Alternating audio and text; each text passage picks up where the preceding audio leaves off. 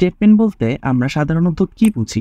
Normally কেউ কোনো কিছু বললে আমরা সেটাকে স্টেটমেন্ট বলি, কিন্তু প্রোগ্রামিংয়ের ভাষায় স্টেটমেন্ট হচ্ছে লিস্ট অফ ইনস্ট্রাকশন।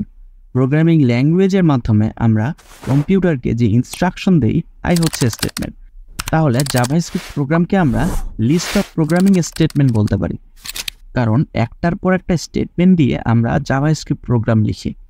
একটি জাভাস্ক্রিপ্ট স্টেটমেন্ট তৈরি হয় value, operator, expression, keyword and comments, এই কয়টি জিনিস দিয়ে। কিন্তু এগুলোর সবগুলোই যে একটি স্টেটমেন্টে থাকতে হবে এমনটি মোটেও না।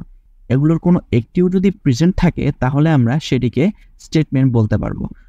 বোঝার সুবিধার্থে আমরা এক্সাম্পল হিসেবে একটি স্টেটমেন্ট নিচ্ছি। এখানে ডকুমেন্ট হচ্ছে keyword, get element by ID হচ্ছে একটি মেথড। এটি সম্পর্কে এখন কিছু না জানলেও চলবে, পরবর্তীতে আমরা এগুলো সম্পর্কে বিস্তারিত আলোচনা করব। ইকুয়াল সাইনটি হচ্ছে একটি অ্যাসাইনমেন্ট অপারেটর এবং ডাবল কোটেশনের ভিতরে জাভাস্ক্রিপ্ট লেখাটি হচ্ছে ভ্যালু। সো স্টেটমেন্ট হওয়ার জন্য যে রিকোয়ারমেন্টস প্রয়োজন তার তিনটি এটি ফিল আপ করেছে, তাই আমরা এটিকে একটি স্টেটমেন্ট বলতে পারি। এখন আমরা জানি যে স্টেটমেন্ট হচ্ছে এক ধরনের ইনস্ট্রাকশন। সো এখন এটি সিস্টেমকে ইনস্ট্রাকশন দিচ্ছে যে তুমি ডকুমেন্টের ভিতরে ডেমো নামে যে আইডিটি আছে সেই আইডির HTML এলিমেন্টে জাভাস্ক্রিপ্ট লেখাটি সেট করে দাও। আমরা আরও একটি এক্সাম্পল দেখব, কিন্তু তার আগে আমাদের একটি বিষয় জানতে হবে, সেটি হচ্ছে JavaScript statement can be grouped together in a code blocks. অর্থাৎ অনেক সময় জাভাস্ক্রিপ্ট প্রোগ্রামে স্টেটমেন্ট একটি ব্লকের মধ্যে গ্রুপ করে একসাথে লেখা হয়। জাভাস্ক্রিপ্ট প্রোগ্রামে ব্লক চেনার সবথেকে সহজ উপায় হচ্ছে কার্লি ব্র্যাকেটের ভিতরে যা লেখা হয় তাই ব্লক। সো বোঝার সুবিধার্থে আমরা আরও একটি এক্সাম্পল নিচ্ছি।